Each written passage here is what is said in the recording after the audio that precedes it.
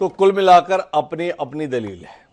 चर्चा की शुरुआत सुरेंद्र राजपूत जी से करते हैं, क्योंकि उनकी पार्टी की बड़ी नेता है प्रियंका गांधी बहुत नाराज हैं इस आदेश को लेकर। उन्होंने ट्वीट किया है, उन्होंने सीधे ट्वीट करके कहा है कि हमारा संविधान हर नागरिक को गारंटी देता है कि उसके साथ जाति, धर्म, भाषा या किसी अन्य आधार पर भेदभाव नहीं होगा।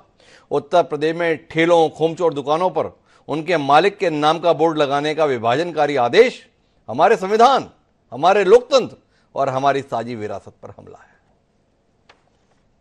सुरेंद्र जी, चर्चा की शुरुआत यहां से करते हैं। इतना ही तो चाहा है, आप कौन है इतना बताएं, इस पे इतना ऐतराज क्यों है? माननीय सुधांशु त्रिवेदी जी आपके पुराने मित्र हैं, वो बोल रहे हैं पता नहीं ये लोग उन्हीं लोगों के साथ क्यों खड़े हो जाते हैं जो अपनी पहचान छुपाते हैं। जी सुरेंद्र जी, आप ही बताएं। हिमांशु भाई, एक प्रश्न आज मैं आपसे पूछता हूं जी। छोटा सा प्रश्न है, छोटा सा जवाब दे दीजिए जी। मेरी आवाज की मुझे वापस मिल रही है, ठीक करा दीजिए जी। जी। मेरा आपसे एक छोटा सा प्रश्न है, मासूम सा प्रश्न है, जैसे आप करते हैं ना जी। आप किसके साथ खड़े?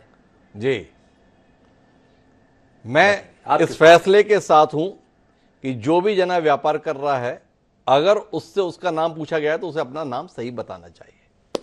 बताइए सुरेश जी।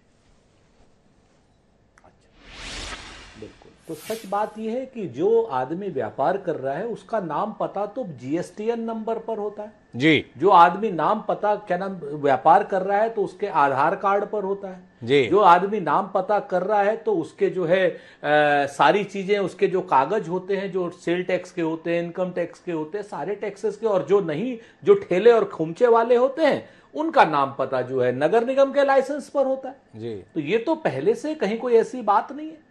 असलियत क्या है कि ये बरसों बरस से, सैकड़ों बरस से, ये मैं रहने वाला हूं सहारनपुर का, मैं आपको बताऊं जी। और मुजफ्फरनगर का कांवड़ हमारे यहां से होकर के जाता है जी। ठीक है ना।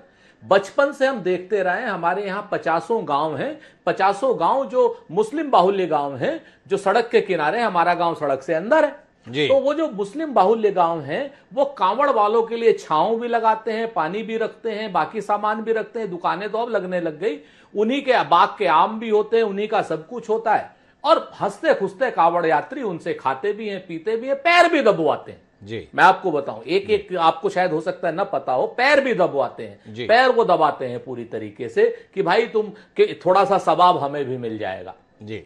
आप इतना बोझ लेकर के जा रहे हो, आप गंगा जल लेकर के दोनों तरफ जा रहे हो, कुछ लोग 61 लीटर लेके जाते हैं, कुछ 21 लीटर लेके जाते हैं, कुछ 11 लीटर लेके जाते हैं, ऐसे ऐसे करके उनके कंधे जब दुखते हैं और उनके पैर जब दुखते हैं तो मुसलमानों के लड़के जो हैं वहां पर पैर दबा करके उनको जो है वो करते हैं, और बड़े जिसको शिद्दत से कहते हैं कि, और हम उनसे पूछते भाई क्यों करो, कहते साहब हमें भी सवाब मिलेगा जी।